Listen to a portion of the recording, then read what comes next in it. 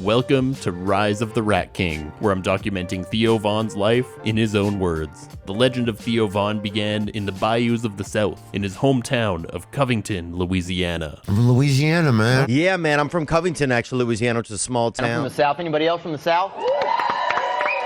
Second place in the Civil War. I grew up in Covington, Louisiana, and our town's famous. Lee Harvey Oswald went to our middle school. Pistol Pete Maravich lived and died in our town. Two good shooters, that's the joke that I use off of that. The stray animal belt. I grew up in the stray animal belt. After growing up in the stray animal belt of America, Theo has countless stories of random animals roaming around his hometown. Say you're in our town, an animal would just go by. Like a dog? Could be something else. I got jumped by a bunch of cats on my birthday once, dude. I'm not even joking, dude. Some of them got me on the ground, and one of them came off a fucking rooftop from next door. And they had tons of stray animals wherever you went, or if you were going to bike or play ball. I got jumped by a bunch of Cats. cats. Well, they breed them in our town. I used to work for this group. They used to sell tattooed hamsters and guinea pigs after, They tattoo them? yeah, they used to brand them with concerts and raves. They would say it's tattooed just to make people not be as... Like, what did it say? 311, Green Day, anything like of different bands that were coming to town. Toadies. I grew up near a hamster and guinea pig breeding area. Whoa. So you'd have tons of those sometimes getting out. When they got out, you'd see 700 fucking guinea pig go by. Damn. You know, and it's beautiful if you've never seen it. But yeah. There wasn't much work in our town, dude. You had to get what you could get, and they had a man that bred hamsters, and then they had to do the tattoos, and they fucking met up, and that was a merger. That's big business, you know? Tulane University had their primate testing facility in our town. That's where most people worked at, right? 1994, 70 infected monkeys got out. The cops came and got us, got the tallest kids to help them find them. Police came to YMCA summer camp and let the oldest kids leave to help them look for these monkeys. So I was out there wrangling chimps. I still remember having a wet bathing suit on, cornering a fucking chimpanzee outside of a Kenny Rogers Roasters with a police officer and 3 other kids. Like, Theo met all kinds of wild animals during his time in Covington, and some of these animals were actually human. Whenever he begins a story by mentioning some random guy's name from his hometown, you never really know what to expect. I remember I got on a school bus one day, and the man didn't even take us to school. He just drove us around. He didn't even take us to fucking school, bro. This dude Milford, he just drove us around. And about 30 minutes into it, we're like, fuck, we ain't even going to school, bro. And I think he's trying to stay away from his wife. His name is Milford? His name is Milford, Yeah, bro. that sounds like some Milford shit. dude, we had this kid in my neighborhood named Robert. He thought he was twins that never got separated, right? And so when he would talk, he would say something, and then under his breath, he would say it again. Say it again.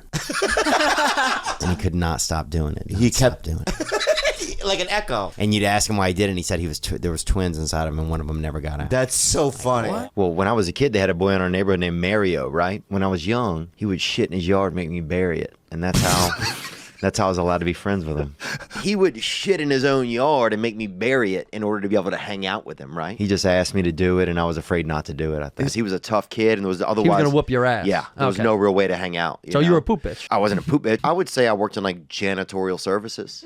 I'll say this, they had one of the best gardens anywhere in town. I will say that, bro. He ended up dying, actually. He did some pills and drove into an embankment in a speedboat and hit the side of an interstate, like one of those posts that goes down in the water. Yeah. I wanted to be a pallbearer, I remember, and in my mind, I wanted to put him in the ground one last time. That was like, I remember, like, on the weekend, they had this highway right next to our apartment building, and me and my buddy would go out there. This kid, Jeremy Sumrall, and he was born with a deficiency. He was born with, like, but he really was born with a wrist in his neck. Like, his neck could do more than our necks can. And we'd go out on Saturday and pull these dead dogs off this highway and bury them. Because I grew up in the stray animal belt of Louisiana. There was just, I felt like thousands of strays running around. Like, dogs were getting hit there. I mean, literally, they were fucking piling up. You know? Dude, when I was growing up, we couldn't even get porn. We had to get this dude, Nick, on Friday would draw us a picture of some pussy, you know, a little bit of crotch for the weekend. $4 to this dude, Nick. $4 for drawings? Bro, you'd pay $8.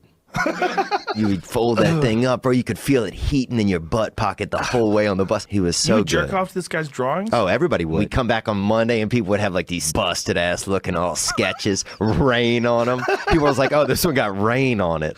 Like, bro, yeah, that rain has your fucking kids in it. They had a dude in our town, No Arms, used to fucking fight everybody. You know that dude. You know what I'm saying? He'd get you in that lurch. He would catch you with between his chin and his chest.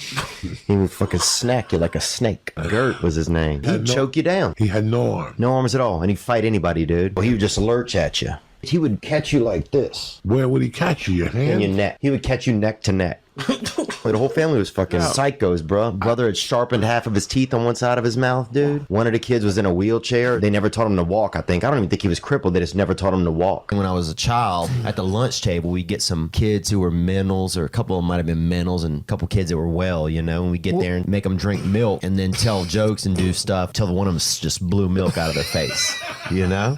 And if you get some straight up just couple mentals, boy, some straight up sawed off humans, dude, you get them to straight up blow leche out their dome, dude. That's America right there. And that's when I knew, I was like, oh, I got some kind of a gift here. I almost blew the throat out of this one boy. Almost blew the throat out of this one boy named Tot. T-O-T was his name. Kind of a bad name, too, to be mentally challenged. But also easy for him to spell. And easy for him to spell backward and forward. Same name, Tot. Was this guy's his name was Todd? So one time I pull up by the gas station and they had this man, he looks like he drinks some vodka. And it was daytime, you know, it's probably maybe 11 a.m. I say, hey man, will you get us some liquor? He said, yeah. I said, all right, here's the money. You got to go in and get the liquor, come back out and get in the car. It was the kind of dude you had to give exact directions to. But he gets back in the car, he's got the liquor. And that's when this dude told me, he's like, you know, I'm the headbutting champion of the world, right? This is 20 years before Kimbo Slice, right? And this man looked exactly like Kimbo Slice. You start to see him kind of just looking at me as I just feel like suddenly... He was sizing up your dome. Yeah, suddenly I'm looking forward driving and he's looking directly at me, right? He goes, do you think you could beat me? When he said, do you think anything at that point, I'm already thinking of the cops, I'm thinking of my funeral. So I pull over because I'm not going to get knocked unconscious while I'm moving forward. And he just lines me up, right? And just hit me as hard as he could with his fucking head, bro. Knocked me completely unconscious. Fucking put that one-hit sleeper on me, bro. Here's the crazy part. He didn't even touch me with his hands. People used to always call me Little China Boy when I was in, like in the summertime when I was at summer camp, because they had like, it's not dander, what is it? That comes off of nature, you know what I'm talking about? Pollen? Yeah, they have it everywhere. And anyway, you'd go outside and it would get in my eyes and I couldn't open my eyes at all. Like I could barely get my eyes open a little bitty bit. So they would call you China Boy? Yeah. Ethnically speaking, Covington was not very diverse during Theo's teenage years, with a 77% white population and a shockingly low 0.3% Asian population. In the 1990 census, there were only 29 reported Asians in Covington, which makes Theo's future interactions with Bobby Lee and his brother an absolute content goldmine. The first Asian I ever saw, well, I saw some drawings, right?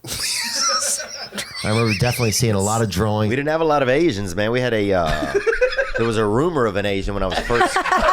There was a rumor there was an Asian boy about 17 miles away from us. And so we had to get over there. You know, we were fired up and we thought about it for a couple weeks. So we saved up money. We cut grass for about 6 weeks and saved up money to get a taxi. And then we called a taxi over there. Tried to go see him, but it was just a Chinese food restaurant. It wasn't a real Chinese person. It was just some white people in hats.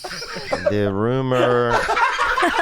Growing up in small town southern USA really makes Theo stand out from other comedians. In his podcast appearances and interviews, he almost has a fish out of water aura. He's always trying to learn more about the world around him, since it's always so new and exciting compared to his Covington roots. They had these different types of meats, man. Prociato, fucking lamb. I didn't even know people was trying to eat lambs, dude. Where I'm from, you would never eat a lamb. If you saw a lamb, you'd pet it or look at it while you're trying to go to sleep. And then you get over into these fancier areas and these bitches are eating lambs, dude. 2 Thanksgivings ago, we had 2 owls at my sister's house. I saw one last night, actually. Pulled into the driveway and an owl took off. It was big, too. It's gross, I think. Owls? The meat. You guys ate owls? Yeah. I think that's legal. You probably shouldn't say that on the podcast.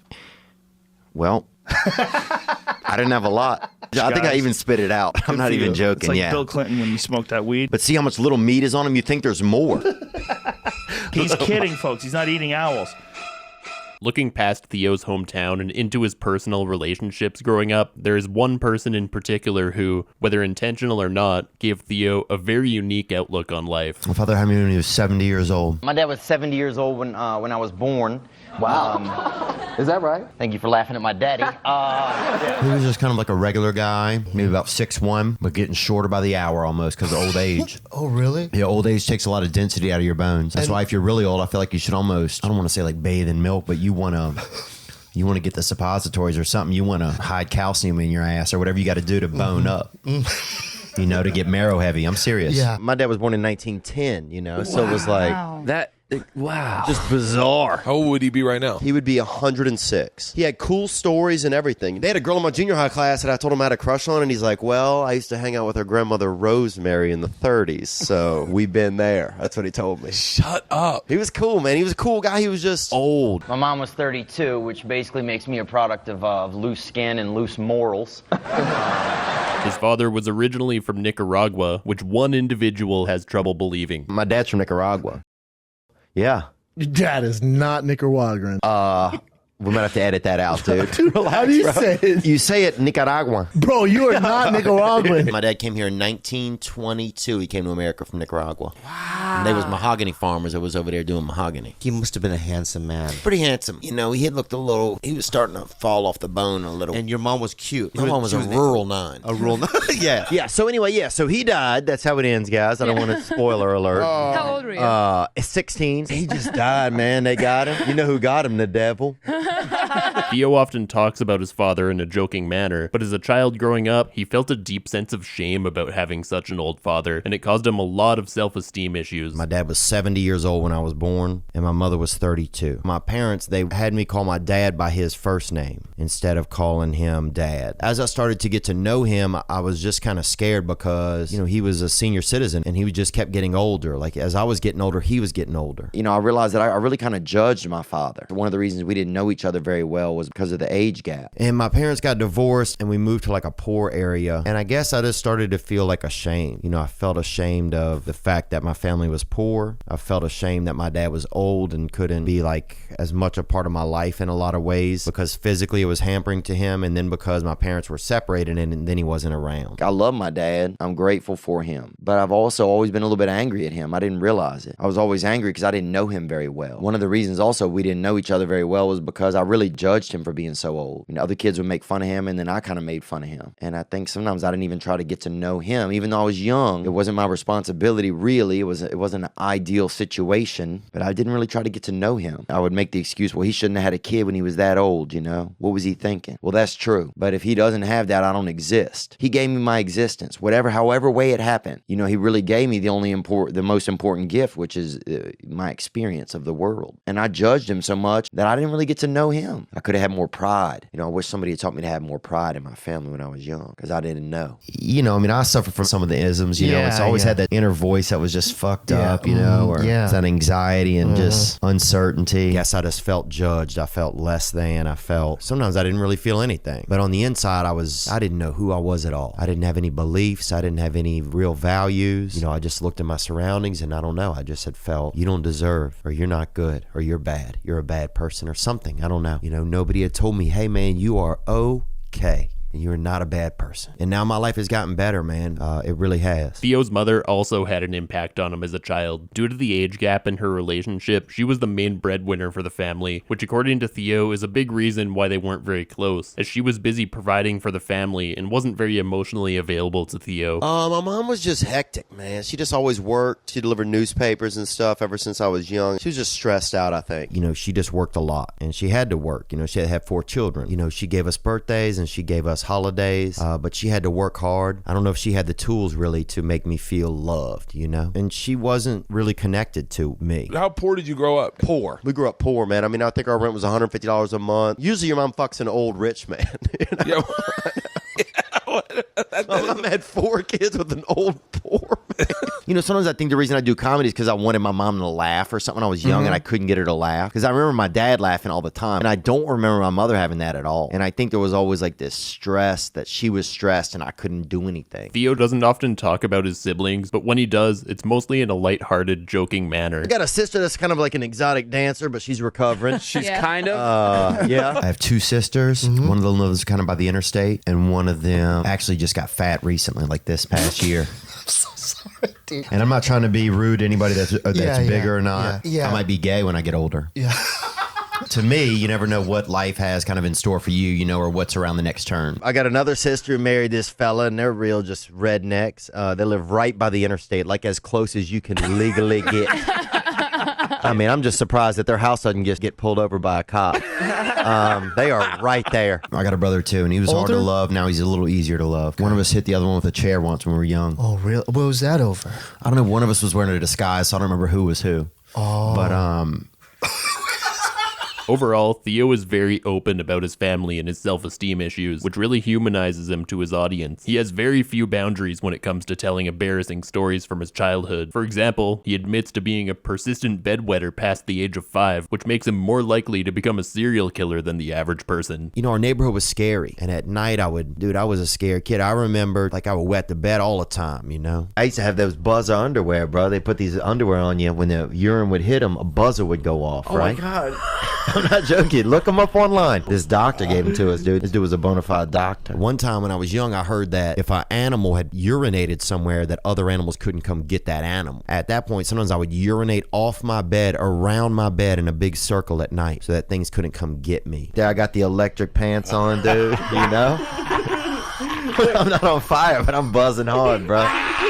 Because I'd had apple juice, man, and I pissed big on apple juice, dude. Luckily for all of us, Theo didn't become a serial killer despite his bedwetting tendencies and his troubled relationship with his parents. After a fairly rough childhood, Theo was emancipated at the age of 14. This is a pretty big deal, as it means he was no longer under his parents' authority and, in the eyes of the law, was released from their care. And when I was 14, I got emancipated. Cool, and then I got emancipated when I was 14. I just had a tough time growing up with my mom, and she was just hectic. Mom What do you mean delivered. emancipated? Like you're on your own? Yeah. And then where did you go? And then I went to live with friends. I would take a backpack to school every day, and I would stay with whoever let me stay, man. And I made a lot of good friends that way. And you're kind of surviving, so you're manipulating the situation a little bit. And then I got a family that let me come stay with them for literally about 3 or 4 years. And I ended up living with a family for the first time. I had my own room, and I had peace. I had some peace in my life. I mean, just like moments where I just felt like I could relax a little bit. The dad gave me $20 on the weekend for allowance. And I was like, damn, these motherfuckers are rich, you know? He came home from work, and the mom came home from work. They ate dinner, and the mom made some type of shit casserole. Everybody sat at the table and joked a little, and just was really normal. Throughout Theo's childhood and teenage years, he always found solace in being a storyteller. When people laughed at his stories, it helped him feel normal, even if they were laughing at his own expense. Yeah, I think I was just like a real weird-looking kid, hence I'm a weird-looking adult. And the other kids would just make fun of me, so I had to have something to say back to them. And that's when I started realizing this shit didn't happen to everybody. Like, for some reason, God put all this weird shit in front of me. And that's when I started thinking that I became a little bit more confident. And I'd always loved to make people laugh. I always felt like people didn't like me, I guess. But if people were laughing, Don't they like you, dude? yeah, physically, Right. if I could see them, it was That's proof. interesting, man. Yeah. I look like a kind of a cross between, like, I would say, like, Patrick Swayze and Shrek.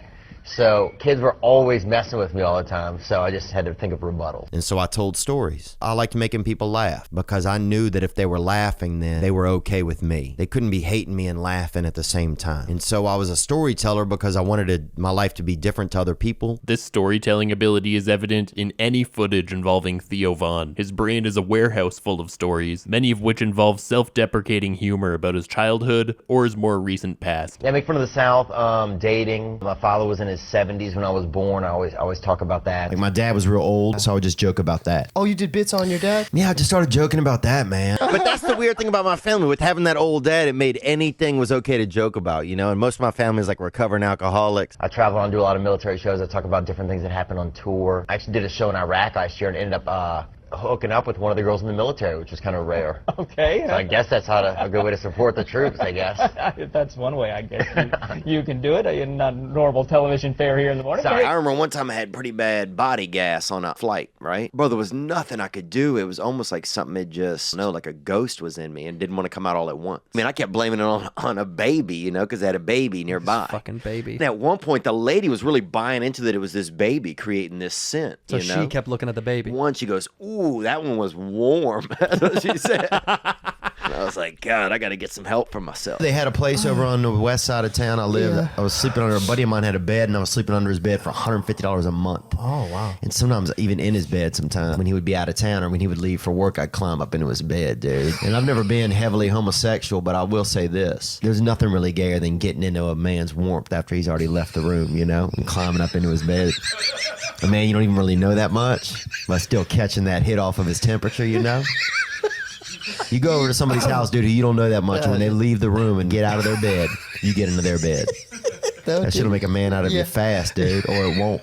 You find out who's who pretty quick when you're doing stuff like that. Oh, I remember one time I got stuck in a tunnel. My car broke down in a tunnel in Pittsburgh, and I had to defecate extremely, and that's French actually for shit. Something had gotten into my body, like a pink eye had gotten into my stomach. So I got in my back seat of my car, and I had to defecate into a frisbee. Out of upside down frisbee was all I had. Really?